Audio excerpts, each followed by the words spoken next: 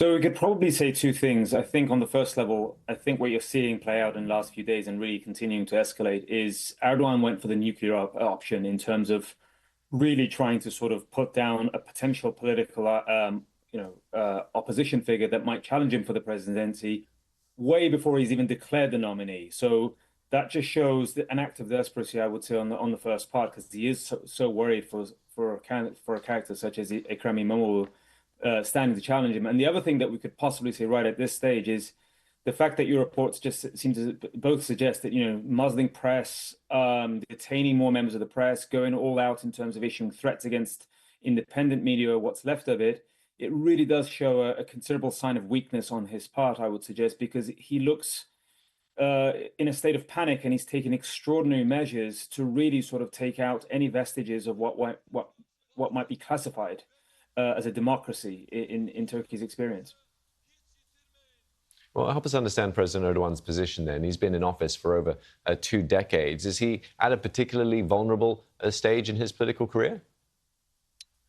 I mean, look, he had the option to bow out of power. He didn't need to run for successive elections. I mean, it's a fair question to ask, after 22 years in power, what's the incentive? What's the motivation to keep going and taking excessive measures to essentially sort of tramp down any sort of challenger, would-be challenger?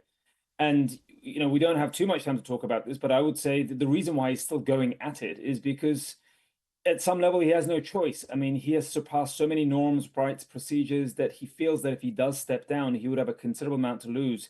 He's in significant legal and judicial jeopardy, simply because he fears that prosecutors and law enforcement officials would come after him and his family and the highest echelons of his government for abuse of power, corruption, which has just been swelling up and building up.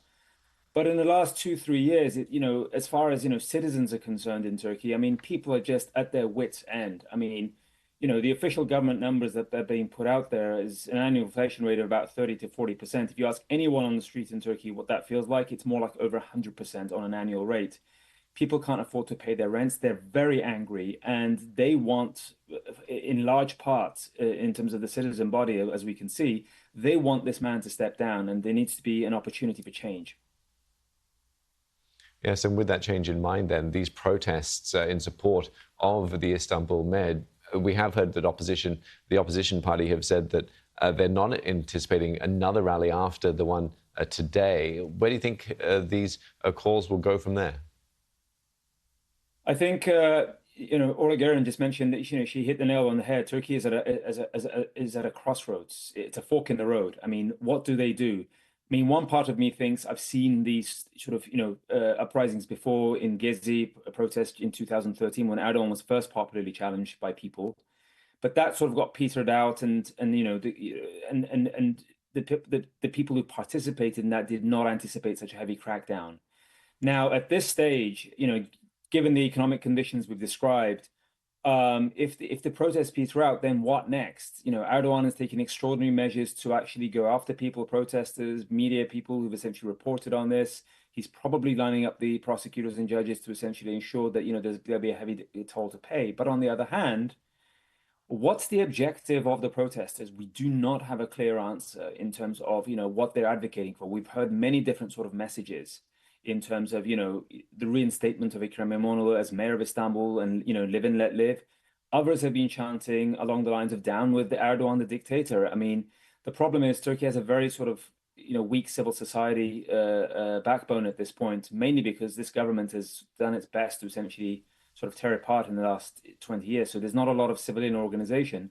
But then the other big question is, like, where does Erdogan go from here? I mean, politics is adding numbers, and I mean, sort of adding more voters to your sort of arsenal of base voters. And Erdogan has not made any new friends in the last 5 days. If anything, I would argue he stirred a very sort of active hornet's nest, and struck some very deep veins inside Turkish anger, and people want accountability. But where does he go from here? Unless there's a strong public response that continues to sort of advocate for free and fair elections at the first opportune period of time, then I fear that Erdogan might use increasing measures to tamp down on whatever's left of the ability to protest in Turkey.